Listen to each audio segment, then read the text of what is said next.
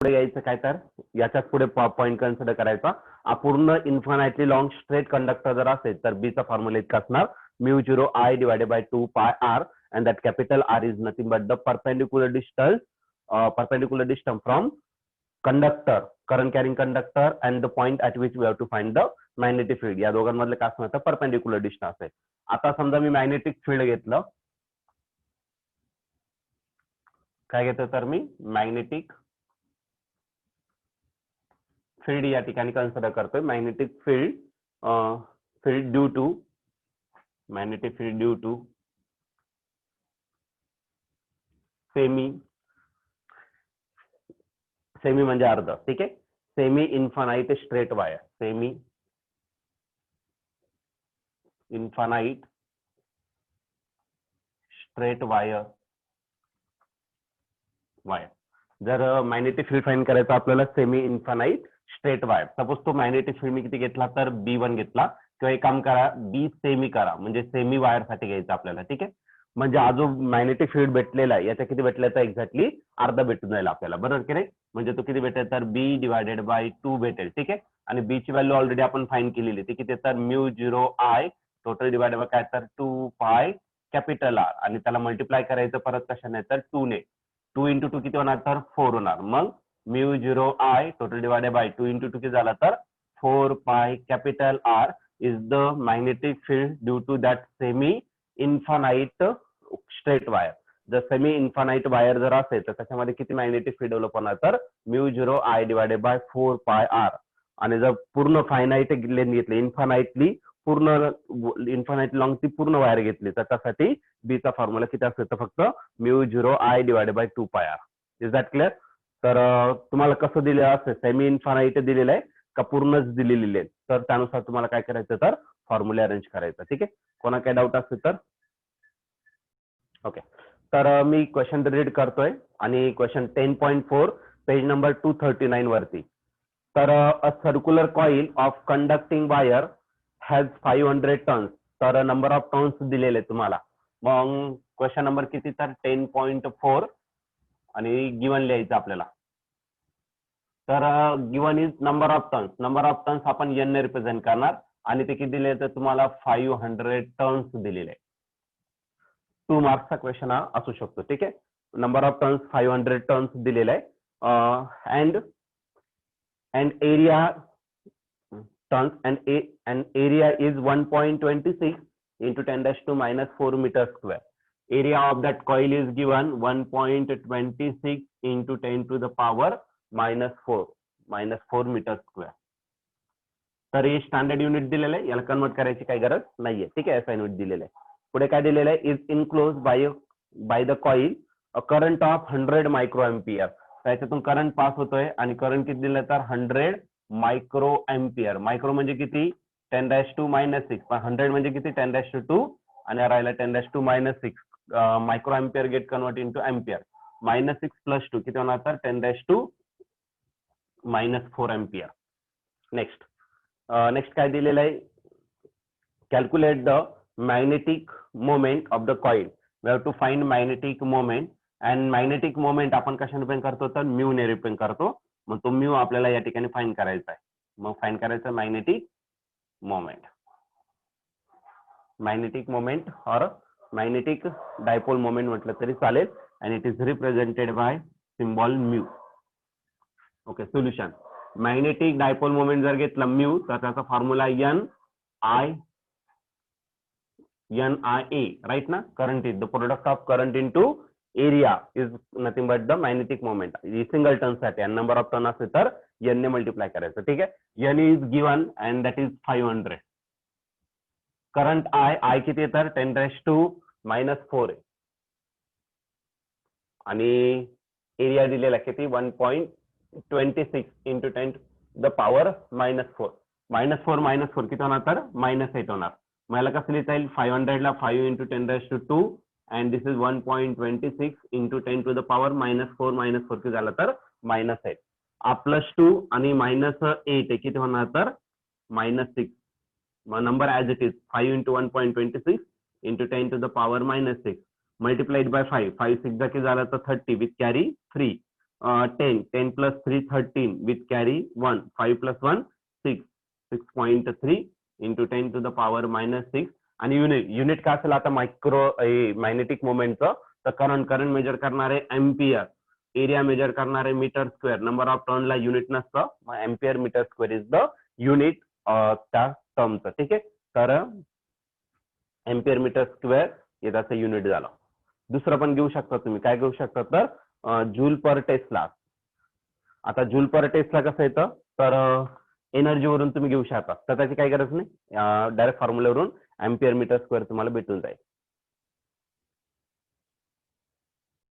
बघा आता force acting between two infinitely long parallel straight conductor दोन पॅरलल स्ट्रेट कंडक्टर आपल्याला या ठिकाणी काय करायचं तर कन्सिडर करायचं मग सर्वात पहिले मी काय घेतला तर एक कंडक्टर घेतला स्ट्रेट कंडक्टर या ठिकाणी मी काय केलं तर कन्सिडर केला कसा हा स्ट्रेट कंडक्टर इन्फानाइटली लॉंग तर तुम्ही इथे डॉटेड दाखवू शकतात इकडे पण वाढत राहणार आणि इकडे पण वाढत राहणार नाही दाखवलं तरी चालेल काही अडचण नाही त्यानंतर त्याच्या नियर आणखीन एक वायर आपल्याला प्लेस करायचं ती पण कशी आहे तर ती पण आहे इन्फानाइटली लॉंग जर असेल तर बघा आपल्याला डायरेक्टली इन्फानाइटली लॉंग साठी फोर्सने भेटणार मग आपण काय करू तर हे डेरिवेशन सॉल्व्ह करू by using infinitely long me dotted line काय दाखवत नाही ठीक आहे म्हणजे तुम्हाला काय अडचण येणार ठीक आहे डॉटेड लाईन दाखवत नाही म्हणजे इन्फानाइटली लॉंग आहे तेवढं तुम्ही कन्सिडर करायचं आता याच्यात आपण फर्स्ट कंडिशन घेणार आहे कोणतं तर ए कंडिशन कोणासाठी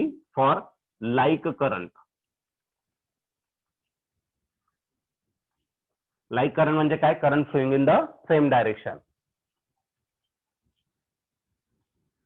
that means current flowing in the same direction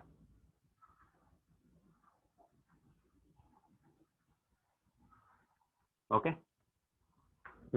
current जर सेम डायरेक्शन मध्ये फ्लो होत असते तर त्याला काय म्हटलं जातं लाईक करंट म्हटलं जातं मग सपोज या कंडक्टर मधून काय होतं तर करंट पास होतोय किती करंट पास होते तर I1 इतका आणि या इन्फानाइटली लॉंग दुसरा जो कंडक्टर आहे त्याच्यातून किती करंट पास होते तर I2 इतका this is the first conductor and this one is second conductor आपण नंबरिंग पण देऊन टाकलं त्याला ठीक आहे आता बघा करंट जर पास होत असेल तर कारण काय होणार तर मॅग्नेटिक फील्ड डेव्हलप होणार आहे अँड दॅट मॅग्नेटिक फील्ड कसं फाईंड करणार तर by using right hand thumb rule जर घेतलं तर this thumb indicate the direction of current and this curve finger gives the direction of magnetic field okay मग सर्वात पहिले आपण काय करणार आहे अजून एक जर तुम्ही या चॅप्टरचं जर टायटल बघितलं तर magnetic field due to electric current म्हणजे इलेक्ट्रिक करंट जर पास केलं तर त्याच्या सराउंडिंग मध्ये काय डेव्हलप होतं तर मॅग्नेटिक फील्ड त्या कंडक्टर वरती नाही डेव्हलप होत पण त्याच्या सराउंडिंग मध्ये डेव्हलप होतं बरोबर की नाही मग आता बघा सर्वात पहिले आपण काय करणार तर फर्स्ट कंडक्टर घेणार आहे आणि याच्यातून काय होणार तर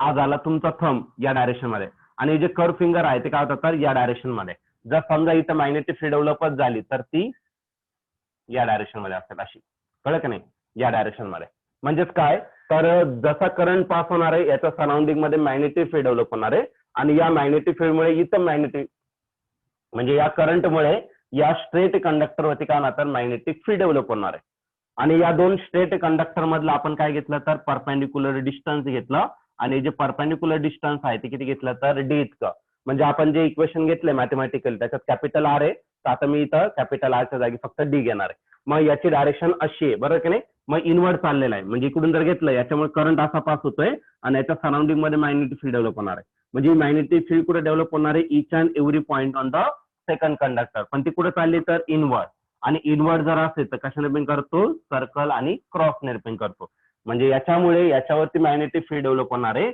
आणि ती कशा असणार तर इनवर्ड म्हणून आपण त्याला काय करू तर क्रॉसने या ठिकाणी आपण त्याला रिप्रेझेंट करू आतमध्ये चाललेली आहे मग आतमध्ये which is perpendicular to the surface okay आणि मॅग्नेटिक फील्ड कोणामुळे तयार झाली तर the current flowing through the first conductor पहिल्या कंडक्टर मधून जर करंट पास होत असेल तर प्रत्येक each and every point on the second conductor there is a magnetic field and that magnetic field is B1 okay आणि ती इनवर्ड चालली म्हणून मी क्रॉस दाखवलेला आहे तर तुम्ही राईट हँड थंब रूलचा यूज करून ते बघू शकता ठीक आहे मग मी या ठिकाणी काय करतो तो फर्स्ट पॉईंट लिहितो the magnetic field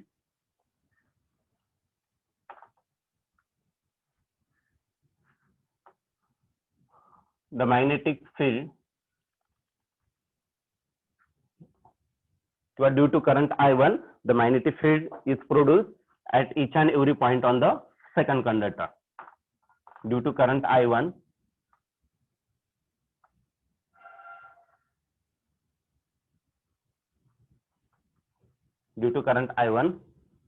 the magnetic field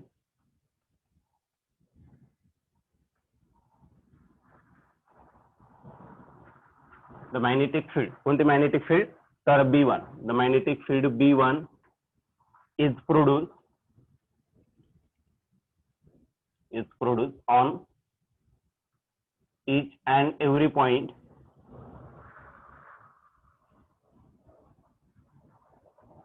on second conductor.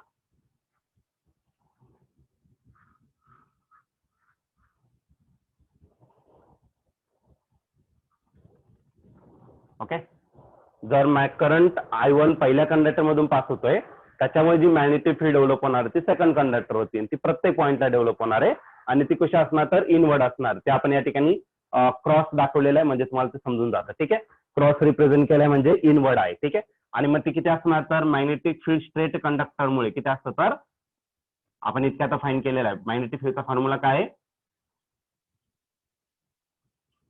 Magnetic field due to straight conductor, चला पहिले फॉर्म्युला सांगा मग नंतर. ओके, तर म्यू झिरो करंट किती आहे I1 आणि R2 pi capital R. What is capital R? Capital R is the perpendicular distance between this two point. मग याच्यातलं दो परपेंडिक्युलर डिस्टन्स किती आहे तर D इतका आहे. मग आपण तो D कन्सिडर केला तर तुम्ही किती येऊ शकता, काय अडचण नाही. हे झालं तुमचं पहिलं इक्वेशन जिथं मॅग्नेटिक फील्ड या ठिकाणी काय होणार तर डेव्हलप होणार आहे. आता जर सपोज तुम्ही काय केलं तर या ठिकाणी माझ्याकडे करंट आहे आणि हा मॅग्नेटिक फील्ड कुठे चाललाय तर सपोज स्ट्रेट कंडक्टर आहे बरोबर की नाही. हा मॅग्नेटिक फील्ड असा आहे बघा याला परपेंडिक्युलर, पण कुठे चाललाय तर इनवर्ड चाललाय, आतमध्ये चाललेलं दिसतंय. आज सपोज कंडक्टर आहे इथून करंट असं चाललेलं आहे तर आतमध्ये चाललेलं आहे या प्रकारे, कळलं का नाही, परपेंडिक्युलर टू द सरफेस. आता या ठिकाणी तुम्ही एकतर काय करू शकता तर right hand form rule use करू शकतात, नाहीतर फ्लेमिंग्स लेफ्ट हँड रूल या ठिकाणी यूज करू शकतात, जेणेकरून तुम्ही काय करू शकता तर फोर्स या ठिकाणी फाइंड करू शकता. ठीक आहे, मग आता बघा सर्वात पहिले मी काय करतो फॉर्म रूल यूज करतो. आता फॉर्म रूल जर घेतला तर this stretch thumb gives the direction of current and this four finger gives the, या चारी बोट जे आहे ते काय दाखवणार तर मॅग्नेटिक फील्डची direction and this surface of this हा जो फॉर्म आहे तो काय रिप्रेझेंट करणार तर डायरेक्शन ऑफ फोर्स रिप्रेझेंट करणार. मग इन दिस केस तर करंट कुठे चाललाय वरती चाललाय, मॅग्नेटिक फील्ड कुठे चालली आतमध्ये चालली इनवर्ड बरोबर की नाही. हा बघा, आणि माझं जे तळ आत आहे तर तळ आत कुठे चाललाय तर या साईडला, म्हणजे जो फोर्स ऍक्ट होणार आहे तो फोर्स कुठे ऍक्ट होणार आहे तर या साईडला या ठिकाणी फोर्स ऍक्ट होणार, कळलं का नाही. मग जो फोर्स आहे तो याच्यामुळे ऍक्ट होणार आहे. मग जो फोर्स आहे तो किती असते तर F2. म्हणजे करंट जर पहिल्या याच्यातून पास झाला तर मॅग्नेटिक फील्ड दुसऱ्या याच्यावरती प्रोड्यूस होणार आहे, इनवर्ड किंवा आउटवर्ड काय होणार आहे, पण या केसमध्ये इनवर्ड आहे बरोबर की नाही. मग हे फोर्स आहे आणि याच्यामुळे मॅग्नेटिक फील्ड करंट त्याच्यामुळे काय होणार त्या ठिकाणी फोर्स ऍक्ट होणार आहे आणि तो फोर्स किती ऍक्ट होणार तर F2. मग तो फोर्स आपण या ठिकाणी काय करू तर फाइंड करू. ठीक आहे, द फोर्स कोणता आहे तर F2. The force F2 acting on second conductor. Second conductor वरती किती फोर्स ऍक्ट होणार आहे तर तो F2. आणि आपण बघा कोणता घेतला होता तर लॉरेंट फोर्स घेतला होता, त्याच्यामध्ये मॅग्नेटिक फोर्स आणि इलेक्ट्रिक फोर्स घेतला होता. तर आपण मॅग्नेटिक फोर्स घेणार आणि हा जो मॅग्नेटिक फोर्स आहे तो किती असेल तर BIL असेल, राईट ना. BIL. What is L? L is the length of this conductor. आता तो इन्फानाइटली लॉंग आहे तर आपल्याला माहित नाही, मग आपण काढू शकत नाही, पण एक छोट्याशा पार्ट साठी घेऊ शकतो. समजा एवढा पार्ट घेतला त्याची लेंथ आपल्याला L इतकी भेटली तर त्यासाठी आपण ते काढू शकतो. ठीक आहे, फोर्स F2 आहे पण मॅग्नेटिक फील्ड किती आहे B1 आहे आणि करंट किती चाललाय तर करंट चाललाय I2 आणि लेंथ तितकीच असणार कारण दोन्ही सारखेच लेंथचे घेतलेले आपण. ठीक आहे, मग फोर्स किती ऍक्ट होतोय तर F2 इतका. मॅग्नेटिक फील्ड कोणामुळे डेव्हलप झाला तर पहिल्या कंडक्टरच्या करंटमुळे. ओके, मग तो B1 घेतला, करंट किती चाललाय त्याच कंडक्टर मधून I2 आणि लेंथ किती तर L1 इतका. पण B1 ची व्हॅल्यू आपण ऑलरेडी फाइंड केलं. मग F2 is equal to what is B1? B1 is mu zero I1 divided by 2 pi D आणि रिमेनिंग टर्म करायला तर I2 इंटू L. पण बघा आपल्याला माहित नाही ना लेंथ किती आहे कारण की लेंथ इन्फानाइट दिले, म्हणजे हा जो फोर्स आहे तो इन्फानाइट फोर्स ऍक्ट होणार. पण असं होऊ शकत नाही, बरोबर की नाही. म्हणून आपण काय करणार, तर या पूर्ण वायरच्या एका युनिट लेंथ वरती म्हणजे एका मीटर इतक्या लेंथ वरती किती फोर्स ऍक्ट होऊ शकतो ते काढू शकतो आपण. मग काय करता येईल आपल्याला, फोर्स ऍक्टिंग पर युनिट काय करता येईल, तर लेंथ घेता येईल. म्हणजे एका युनिट लेंथ साठी आपल्याला ती भेटून जाईल. The force acting on second wire per unit length of wire is. Okay, तर फोर्सला कशाने डिवाइड करायचं, तर लेंथने डिवाइडेड करू. देअरफॉर तो काय असतं, तर F2 डिवाइडेड बाय L. मग रिमेनिंग टर्म या ठिकाणी लिहून टाका. रिमेनिंग टर्म करायली तर μ0 I1 I2 आणि टोटल डिवाइड करायला तर 2 पाय d आता झाला तो तुमचा force acting on second conductor. ठीक आहे, force acting on second conductor. बघा आता काय होतंय, याच्यातून करंट पास होतं, राईट ना. करंट कुठे चाललाय, वरच्या डायरेक्शनला. According to right hand thumb rule. Thumb कोणाची डायरेक्शन दाखवणार आहे, करंटचे डायरेक्शन रिप्रेझेंट करतो. आणि हे जे कर्व फिंगर आहे ते कोणाचे डायरेक्शन दाखवणार, मॅग्नेटिक फील्ड. मग असा करंट कंडक्टर चालेल बरं का नाही, करंट वरती चाललेला आहे, कर्व फिंगर अशी चाललेले आहे. जर मी या ठिकाणी मॅग्नेटिक फील्ड या ठिकाणी अशी शो केली तर ती या डायरेक्शन मध्ये असेल. कशी असेल, तर या डायरेक्शन मध्ये. मग या कंडक्टर बघा याच्या सराउंडिंग मध्ये मॅग्नेटिक फील्ड डेव्हलप होणार. करंट I2 जर पास केला तर ड्यू टू दॅट करंट या सराउंडिंग मध्ये काय होणार, मॅग्नेटिक फील्ड B2 डेव्हलप होणार आहे. मग ती कशी आहे, तर इकडे जर घेतलं ना बघा, इकडून अशी फिरून अशी बाहेर येणार आहे, बरं की नाही. म्हणजे या कंडक्टर मधून ती आउटवर्ड असणार आहे. आता इथं जर घेतला तर इनवर्ड जात होता, बरं की नाही, कारण असा फिरून मध्ये जायचा.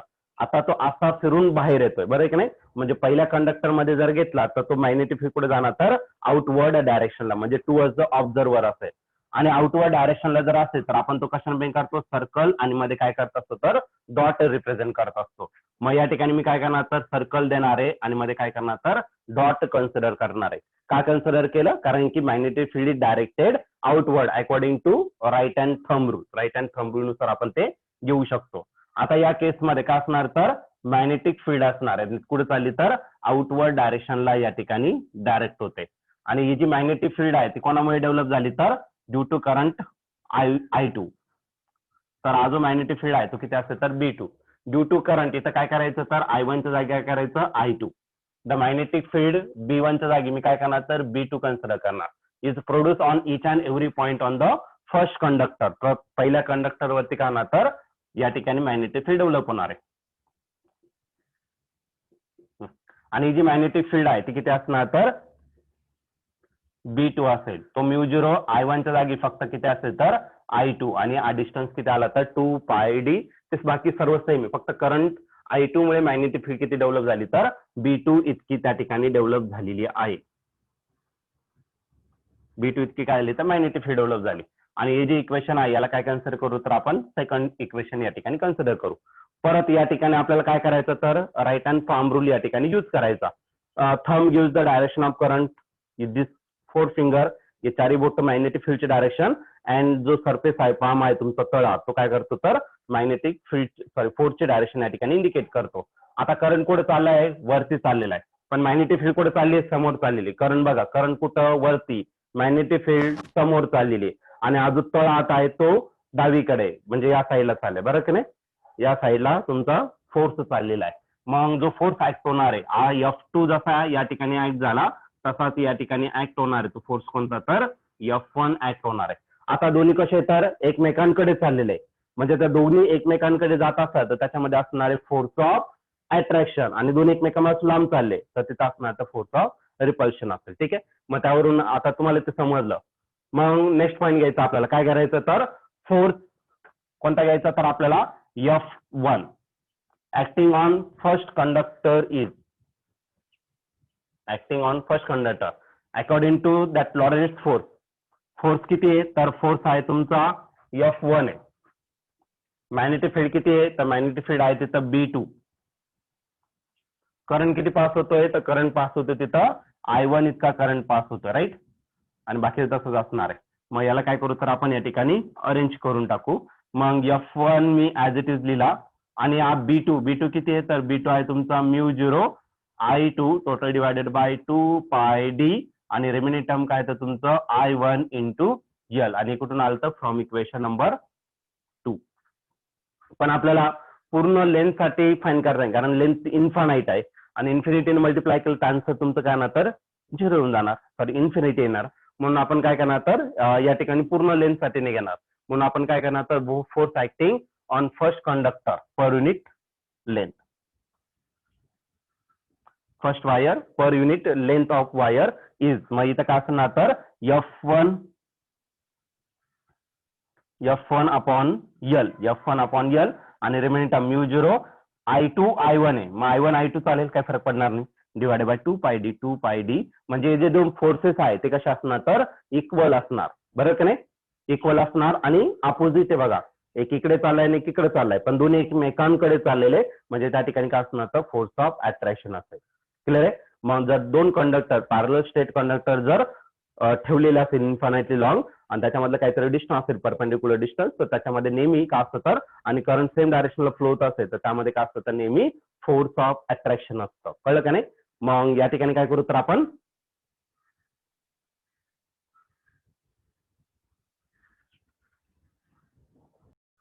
बघा काय होतं तर फोर्स ऍक्ट होत आहे एका युनिट लेंथ वरती, ठीक आहे. पण हे दोन्ही फोर्सेस कसे equal and opposite and attracted towards each other, मग that means there is force of attraction त्या ठिकाणी असेल, ठीक आहे. This forces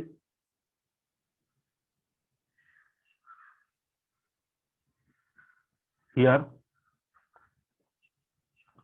force F1 and F2 are equal and opposite.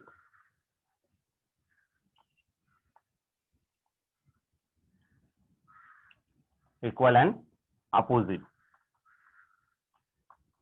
and directed towards each other. Opposite, directed towards each other.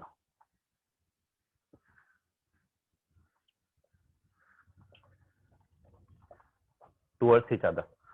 तर त्यामुळे तिथे काय असणार तर force of attraction. Therefore, force of attraction per unit काय करू तर लेंथ म्हणू. The force of attraction per unit length.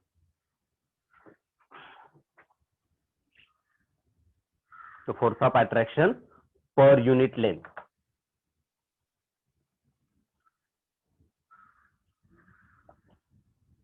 Is okay. Force of attraction per unit length is. तर आपल्याला force of attraction per unit length घ्यायचं. आता दोन्ही फॉर्म्युले भेटलेले आपल्याला F1 पण भेटला F2 पण भेटला, पर युनिट लेंथ पण घेतला, ठीक आहे. मग force of attraction per unit length is, मग आपण जनरल लिहू. मग F अपॉन काय भेटेल तर तुम्हाला L भेटेल आणि तो किती भेटेल तर म्यू0 I1 I2 total divided by काय असेल तर 2πd हा झाला तुमचा force of attraction per unit length. Clear आहे. मग करंट जर सेम डायरेक्शनला फ्लो होत असेल तर त्यामध्ये नेहमी काय असतं तर फोर्स ऑफ अट्रॅक्शन असतं आणि ते किती असतं तर इतकं असतं, ठीक आहे. आता पुस्तकामध्ये फक्त तुम्हाला दोन कंडक्टर दिलेले पॅरलल कंडक्टर आणि ते या आडवे दिलेले आहे. बाकी तुम्हाला काय करायचं ते करून घ्या. याच्यातून करंट दिलेला आहे I1 दिलेला आहे आणि इकडून करंट पास होतोय तो I2 दिलेला आहे. बाकी काहीच नाही दिलेलं आहे. तुम्हाला काय करायचं तुम्ही करून घ्या. तर मी तुम्हाला प्रत्येक पॉईंट या ठिकाणी व्यवस्थित एक्सप्लेन करून दिलेला आहे. कसा करंट पास होणार आहे, कुठे मॅग्नेटिक फील्ड डेव्हलप होणार आहे आणि कुठे कोणता रूल यूज करायचा त्याच्यानुसार तुम्हाला सगळं मी या ठिकाणी एक्सप्लेन करून दिलेलं आहे. अजून पुस्तकामध्ये काय दिलेलं आहे तर फक्त फोर्स ऑफ अट्रॅक्शन. आता टायटलच देताना काय सांगितलं त्याने force of attraction acting between two infinitely long straight conductor, पण फोर्स ऑफ रिपल्शन पण असतं जर करंटची डायरेक्शन अपोजिट असेल तर. मग तोही पॉईंट आपण या ठिकाणी डिस्कस करणार आहे, ठीक आहे. सेम पॉईंट असणार आहे, फक्त आता डायग्राम बदलेल म्हणजे तुम्हाला काय करावं लागेल तर ॲरो वेगवेगळ्या डायरेक्शननी रिप्रेझेंट करावं लागेल, ठीक आहे. एवढाच डिफरन्स आहे.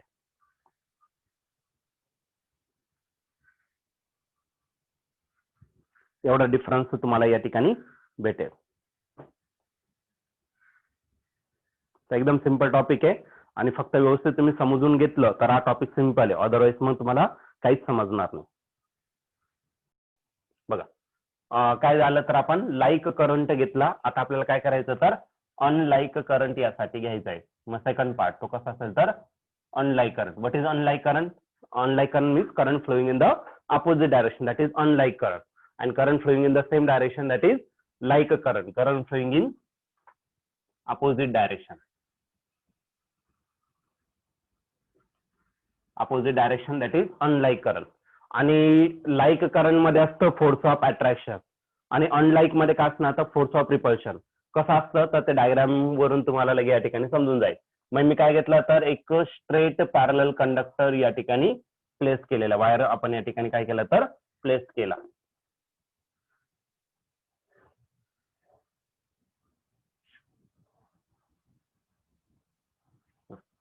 आणि या दोन्ही स्ट्रेट वायर मधून काय होतं तर करंट पास होतोय. आज सपोज मी काय घेतला तर फर्स्ट कंडक्टर घेतला आणि काय घेतला तर सेकंड कंडक्टर घेतला. याच्यातून करंट पास होतोय कोणत्या साईडला तर वरच्या साईडला, आणि याच्यातून करंट पास झालाय तो कुठे तर डाऊनवर्ड डायरेक्शनला. मग I2 घेतला आणि हा काय घेतला तर I1 घेतला. आता दोघांची डायरेक्शन कशी तर अपोजिट आहे, म्हणून याला काय म्हटलं जातं unlike current flowing in the opposite direction. मग या केसमध्ये आपल्याला सर्वात पहिले काय करायचं तर पहिला कंडक्टर घेऊ आणि त्याच्यावरती राईट हँड रूल यूज करू, राईट हँड थंब रूल. ही थंब कोणाची डायरेक्शन इंडिकेट करते तर करंटची डायरेक्शन, आणि जे कर्व फिंगर आहे ते कोणाची डायरेक्शन दाखवतात मॅग्नेटिक फील्ड. ओके, मग आता पहिल्या याच्यात घेऊ आपण. आता बघा हा जो करंट आहे तो कुठे चाललाय तर वरच्या साईडला थंब, आणि कर्व फिंगर कुठे चालले आतमध्ये, म्हणजे अशी चाललेली. म्हणजे इथं मॅग्नेटिक फील्ड जर झाली तर अशी, म्हणजे इथं जी मॅग्नेटिक फील्ड अशी अशी अशी डेव्हलप होणार आहे, मग ती अशी येणार आहे. म्हणजे कुठे चालली तर इनवर्ड चाललेली. दुसरा कंडक्टर म्हणजे पहिल्या करंटमुळे, पहिल्या कंडक्टरमध्ये जो करंट आहे त्याच्यामुळे दुसऱ्या कंडक्टरवरती काय होणार तर मॅग्नेटिक फील्ड डेव्हलप होणार आहे at each and every point. पण ती मॅग्नेटिक फील्ड कुठे डायरेक्ट होणार तर ती डायरेक्ट होणार आहे इनवर्ड. तर ती कुठे डायरेक्ट होणार तर इनवर्ड डायरेक्ट होणार. आणि इनवर्ड जर डायरेक्ट होत असेल तर तो कशाने रिप्रेझेंट केला जातो तर that should be represented by circle, आणि कशाने तर क्रॉसने रिप्रेझेंट केला जातो. सर्कल आणि याला क्रॉस झाला तुमचा, ठीक आहे. आणि इनवर्ड चाललेला आहे म्हणून या ठिकाणी मॅग्नेटिक फील्ड डेव्हलप होणार आहे कोणामुळे तर पहिल्या कंडक्टरमुळे, ठीक आहे. मग तो आपण इनवर्ड घेऊ शकतो, ठीक आहे. मग हा जो फोर्स आहे तो किती मॅग्नेटिक फील्ड जे आहे ते किती असेल तर B1 इतके असेल, ठीक आहे. लगेच या ठिकाणी काय करायचं Fleming right hand palm rule या ठिकाणी यूज करा. करंट कुठे चाललाय, करंट चाललाय खाली चाललेला आहे. मॅग्नेटिक फील्ड कुठे चाललंय आतमध्ये चाललेलं आहे, बरं की नाही. करंट खाली चाललेला आहे, मॅग्नेटिक फील्ड आतमध्ये चाललेला आहे, आणि माझा तळ आत कुठे दिसतोय तर डावीकडे दिसतोय या साईडला, कळलं का नाही. करंट खाली चाललेला आहे, बघा करंट खाली चाललेला आहे, मॅग्नेटिक फील्ड आतमध्ये चाललेली आहे, आणि माझा जो तळ आत आहे तो चाललाय डावीकडे. म्हणजे याच्यावरती जो फोर्स ऍक्ट होणार आहे तो कसा असणार तर दॅट शुड बी परपेंडिक्युलर असेल फोर्स याला. तो किती असेल तर F2 इतका फोर्स या ठिकाणी ऍक्ट होणार आहे. म्हणजे हा फोर्स जो आहे बघा, आता लक्ष द्या इकडे इमॅजिन करा. तर मॅग्नेटिक फील्ड कुठे चाललाय इनवर्ड चाललेला आहे, आणि जो फोर्स आहे तो कुठे चाललाय तर या साईडला, किंवा हे झाली काय तर मॅग्नेटिक फील्ड चालली इनवर्ड, आणि हा जो फोर्स आहे तो या पद्धतीने चाललेला आहे, कळलं का नाही. म्हणजे एकमेकांना कसे येतात ते एकमेकांना परपेंडिक्युलर आहे. आता डायग्राम मध्ये मला ते परपेंडिक्युलर दिसत नाही, तुम्हाला दिसत नाही, पण ऍक्च्युअली ते परपेंडिक्युलर B1 आणि F2 दोन्ही परपेंडिक्युलर आहे. मग तो B1 किती असेल तर μ0 I1 divided by 2 pi d इतका असेल, आणि या दोघांमधलं जे परपेंडिक्युलर डिस्टन्स राहणार ते किती असणार तर परत d इतकं घेतलं, काय अडचण नाही त्याला, ठीक आहे. तर ही झाली पहिली डायग्राम. आता दुसरे घेऊ आपण. परत आपल्याला काय करायचं राईट हँड थंब रूल.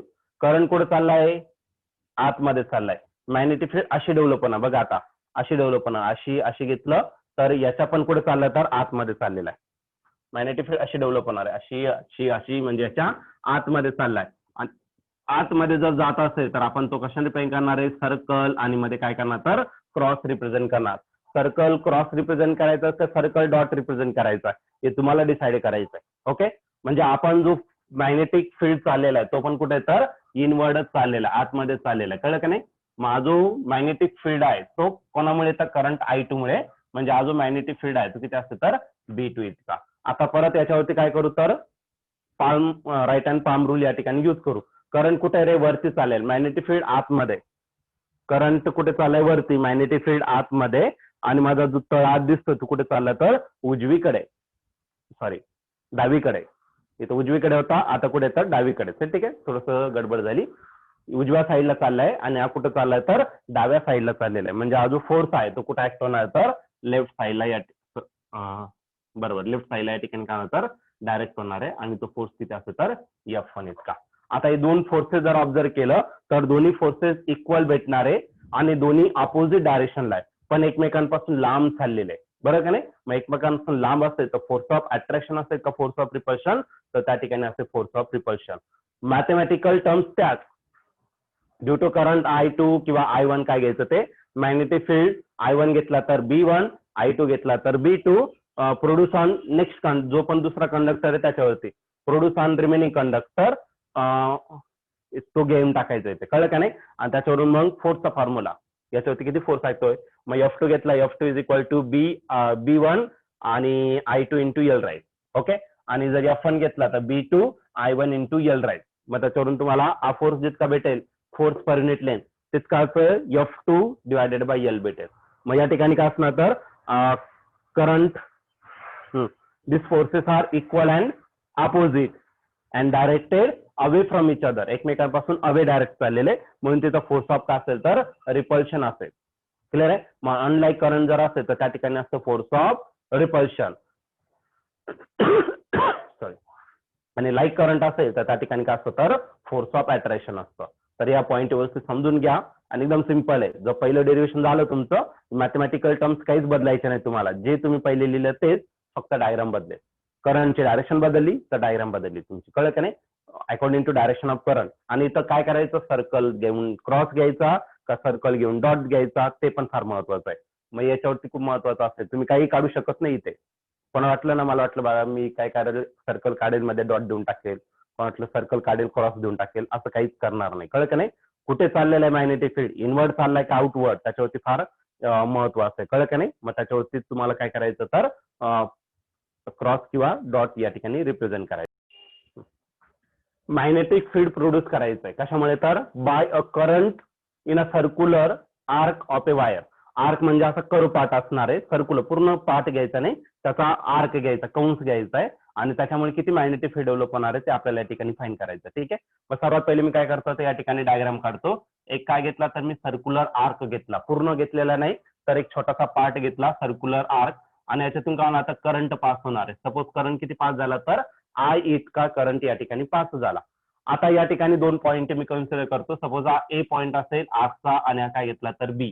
मग AB काय झाला तर तुमचा आर्क लेंथ झालं राईट ना. आता या A पॉईंट पासून मला काय करायचं एक परपेंडिक्युलरली एक पॉईंट घ्यायचा परपेंडिक्युलरली एक डिस्टन्स घ्यायचा या ठिकाणी कुठेतरी असेल. ठीक आहे. म्हणजे इथला जो अँगल असेल तो किती असेल तर 90 म्हणजे या केसमध्ये थिटा किती असणार तर तुमचं 90 डिग्री. सिमिलरली या B पॉईंट पासून पण तुम्हाला काय करायचं तर एक परपेंडिक्युलरली डिस्टन्स घ्यायचा आणि दोन्ही कुठेतरी जाऊन काय तर इंटरसेक्ट होणार आहे आणि ज्या पॉइंटला ते इंटरसेक्ट होणार आहे त्या पॉइंटला मला काय करायचं तर मॅग्नेटिक फील्ड फाइंड करायचं. सपोज तो पॉइंट काय कन्सिडर केला तर मी O कन्सिडर केला आणि या O पॉइंटला मला काय करायचं तर मॅग्नेटिक फील्ड या ठिकाणी फाइंड करायचं आणि हा काय झाला तर तुमचा 90 डिग्री. क्लिअर आहे? थिटा या केसमध्ये किती झाला तर तुमचा 90 डिग्री झाला. आणि हे दोन लाईन जे घेतलेलं आहे हे डिस्टन्स किती असणार तर R इतका असेल. हे पण डिस्टन्स किती असेल तर R इतका असेल आणि या दोन R मधलं हे जे दोन डिस्टन्स घेतले परपेंडिक्युलर डिस्टन्स त्या दोघांमधला जो अँगल असतो तो काय घेतला तर मी फाय कन्सिडर केला. आता पुस्तकात त्याने थिटा दिलेला आहे पण थिटा आपण ऑलरेडी याच्यासाठी युज केलेला असतो. What is theta? Theta is the angle between तो length of arc length of element आणि ज्या पॉइंटला आपलं मॅग्नेटिक फील्ड करायचं त्या दोघांमधलं जे डिस्टन्स असतं त्याच्यासाठी आपण कन्सिडर करत असतो. समजा तुम्ही वेक्टर मध्ये घेतला तर R बार होऊन जाईल आणि हा लेंथ L बार आणि सपोज इथं काय घेतला तर एक स्मॉल पार्ट घेतला त्याचं लेंथ किती असेल तर DL इतकं. तुम्ही कुठे घेऊ शकता इथं घ्या नाही तर इथं घ्या काही फरक पडणार नाही. आता ऑलरेडी आपण बायोट अँड सावर्ट्स लॉ या ठिकाणी घेतलेला आहे आणि तो बायोट अँड सावर्ट्स लॉचा आपण यूज करू. ठीक आहे. According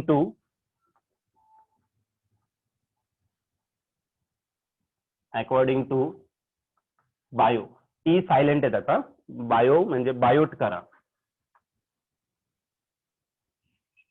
Savart law. आता बायोट सावर्ट लॉ काय तर तो आहे तुमचा चेंज इन मॅग्नेटिक फील्ड म्हणजे काय तर डीबी तुमचा. ठीक आहे. इज इक्वल टू काय असणार तर μ0 डिवायडेड बाय 4 पाय हा प्रपोर्शनॅलिटी कॉन्स्टंट आहे. पुढे काय असणार तर ideal sine theta divided by काय असेल तर R स्क्वेअर. मी स्केलर मध्ये घेतलं मी वेक्टर मध्ये नाही घेतलं. जर तुम्हाला वेक्टर मध्ये घ्यायचं तर वेक्टर मध्ये घेऊ शकता पण काही गरज नाही. ठीक आहे. पण या केसमध्ये जर तुम्ही ऑब्झर्व केलं तर थिटा किती आहे तर 90 डिग्री आहे. मग इथं एक काम करू थिटाची व्हॅल्यू काय करू तर 90 डिग्री पुट करून टाकू. Put theta is equal to किती असेल तर 90 डिग्री इन अबो इक्वेशन.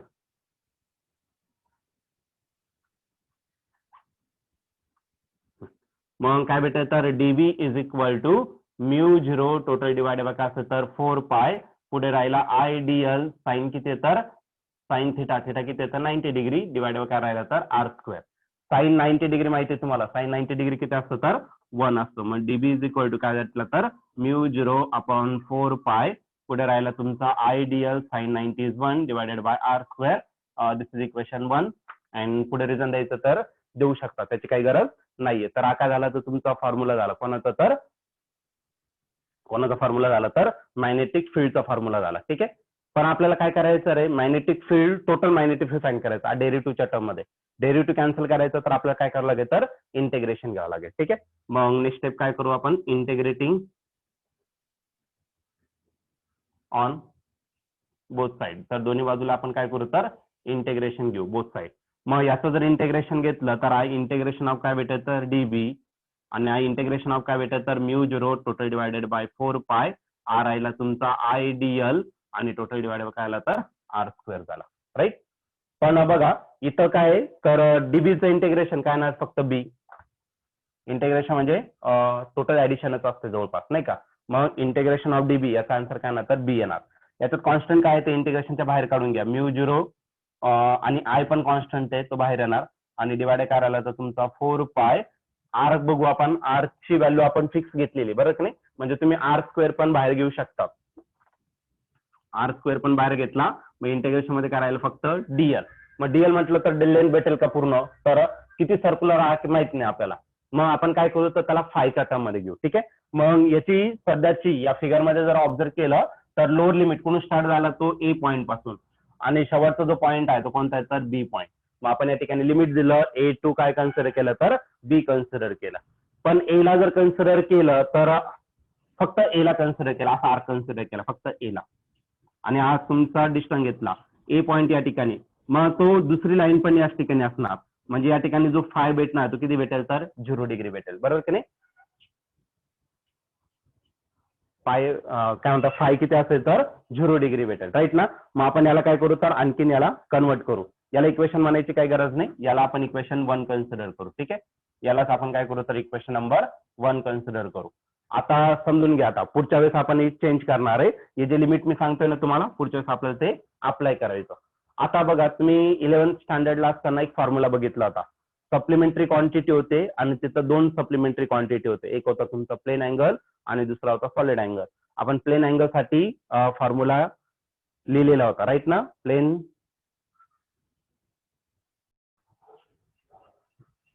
बी काय दिलेलं आहे तुम्हाला, mu zero I divided by 2 pi R square. Okay. आणि इंटिग्रेशन दिलेलं आहे तुम्हाला डीएल. आता आपल्याला काय करायचं तर 11th स्टँडर्डला आपण प्लेन अँगलचा फॉर्म्युला घेतला होता. ठीक आहे. तर आपण तो फॉर्म्युला या ठिकाणी यूज करू. प्लेन अँगलचा फॉर्म्युला काय, angle is equal to arc length आपण काय असेल तर तुमची रेडियस असेल. बरं की नाही. आता आर्क लेंथ कोणता घेतला तर आपण ए पासून तर बी पर्यंत डिस्टन्स, आणि हे जे डिस्टन्स आहे ते किती कन्सिडर केलं, सपोज मी यल इतका घेतला आणि त्याचा छोटासा पार्ट किती घेतला तर डीएल इतका घेतला. ठीक आहे. मग या केसमध्ये अँगल किती असणार तर अँगल आहे माझा फाय. अँगल किती आहे फाय. आर्क लेंथ किती आहे तर आर्क लेंथ आहे तुमचं यल इतकं, आणि रेडियस किती घेतली तर मी आर इतकं घेतलं. मग मला याच्यावरून काय भेटून जाईल तर यल भेटून जाईल.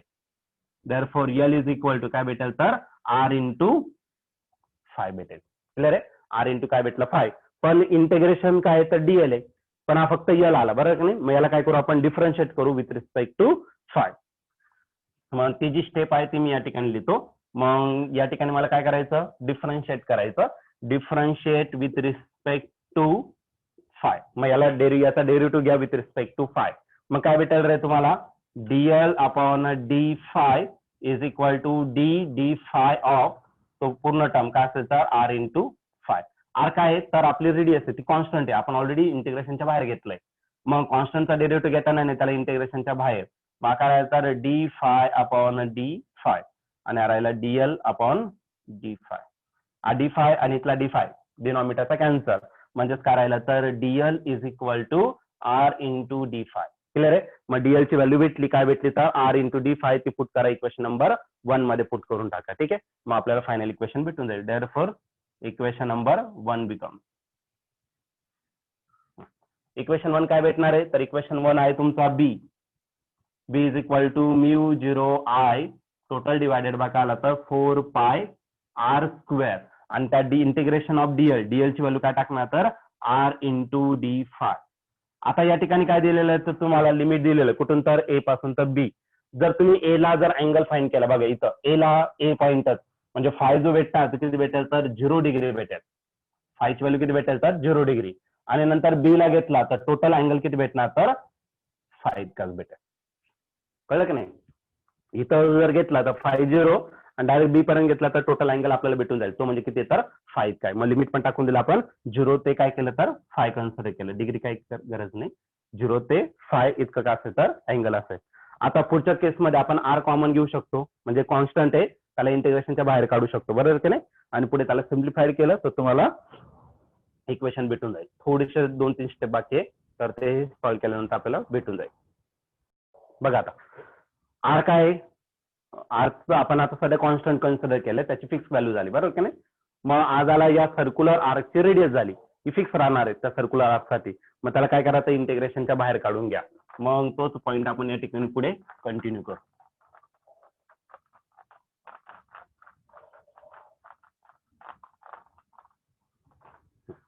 मग काय भेटेल रे आपल्याला तर आपल्याला भेटणार आहे B is equal to mu 0 I total divided by 4 pi R square आणि आर काय घेतला तर इंटिग्रेशनच्या बाहेर आणि इंटिग्रेशन राहिलं फ्रॉम 0 to 5 आणि हा करायला तर तुमचा डी फाय. क्लिअर आहे. इथला एक आर आणि इथला एक आर काय झाला कॅन्सल. मग बी इज इक्वल टू काय भेटेल तर mu 0 I total divided by 4 पाय आणि आर एक राहिला बरोबर की नाही. आणि इंटिग्रेशन ऑफ डी फायचं इंटिग्रेशन काय येणार फक्त 5 येणार आहे आणि लिमिट काय तर 0 to 5 राईट ना. मग 5 म्हणजे काय तर अँगल आहे सेंट्रल अँगल हा सर्कलच्या सेंटर वरती वाढणारा अँगल.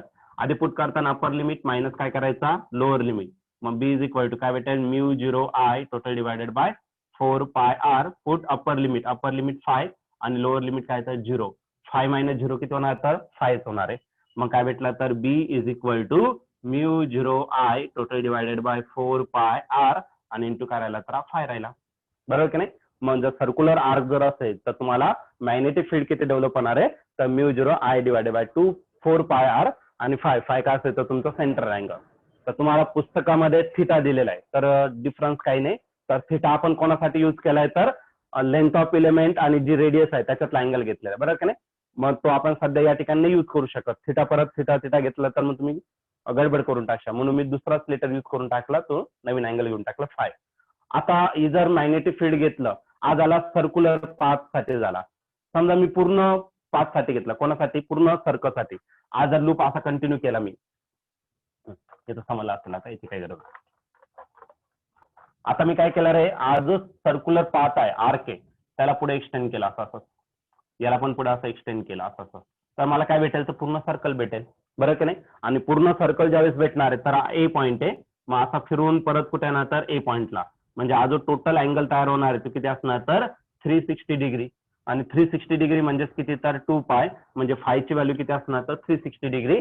मग पूर्ण सर्कल साठी फुल कम्प्लीट सर्कल साठी घेतला तर 5 ची व्हॅल्यू आपल्याला भेटेल 2 पाय बरोबर ना 2 पाय भेटेल 2 पाय इतकी व्हॅल्यू भेटेल. पण ती जर पुट केलं तर अजून एक आपल्याला रेग्युलर फॉर्म्युला भेटून जाईल. मग magnetic field at the centre of full circle of wire therefore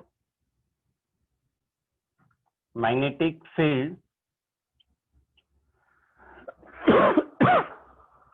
field at the center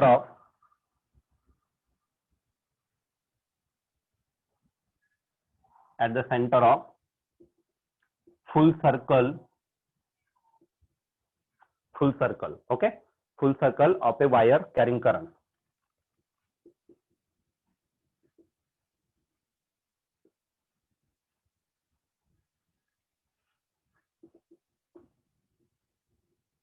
carrying current I पूर्ण सर्कल जर घेतला तर काय होणार. मग बी चा फॉर्म्युला बघा आपण ऑलरेडी ऑप्शन केलेला आहे mu 0 upon I total divided काय असतं 4 पाय आर आणि 5 ची व्हॅल्यू फुल सर्कल साठी किती असणार तर 2 पाय. पाय आणि इथला पाय कॅन्सल झाला 2 1 जा 1 2 2 जा किती राहिला तर 4. मग बी इज इक्वल टू काय भेटायचं तुमचं mu 0 I total divided by काय असेल तर फक्त 2r हे काय आलं तर तुमचं मॅग्नेटिक फील्डचा फॉर्म्युला. आता लक्ष द्या, जर तुमचं सर्क्युलर लूप असेल आणि एक स्ट्रेट वायर असेल, स्ट्रेट वायर जर असेल तर मॅग्नेटिक फील्डचा फॉर्म्युला असाच आहे mu 0 I total divided by 2 pi r आहे. इथं आर फक्त capital r perpendicular distance, right ना. आणि जर ते सर्क्युलर लूप घेतला तर सर्क्युलर लूप साठी तुमचा mu 0 I divided by 2r आहे, फक्त पाय नाहीये. कळलं का नाही. मग सर्क्युलर लूप असेल तर पाय घ्यायचा नाही आणि स्ट्रेट वायर असेल तर डिवायडेड बाय 2 पाय घ्यावा लागेल तुम्हाला. ठीक आहे. मग तुमचा कंडक्टर कोणता आहे त्याच्यानुसार तुम्हाला काय करायचं तर ही फॉर्म्युला तुम्हाला या ठिकाणी ऑब्टेन करायचा. मग हा जो फॉर्म्युला आहे तो आर्क साठी झाला आणि आज झाला तो पूर्ण सर्कल साठी झाला. ठीक आहे. तर डायग्राम पण मी पुढे एक्सटेंड करून दाखवलेली तुम्हाला, तर ते समजून जाईल तुम्हाला. पहिल्याच्या डायग्राम काढली तीच डायग्राम काढायचं, फक्त तुम्ही इमॅजिन करायचं की पुढच्या सर्कल तयार झाला तर इतकं मॅग्नेटिक फील्ड तुमचं डेव्हलप होणार आहे.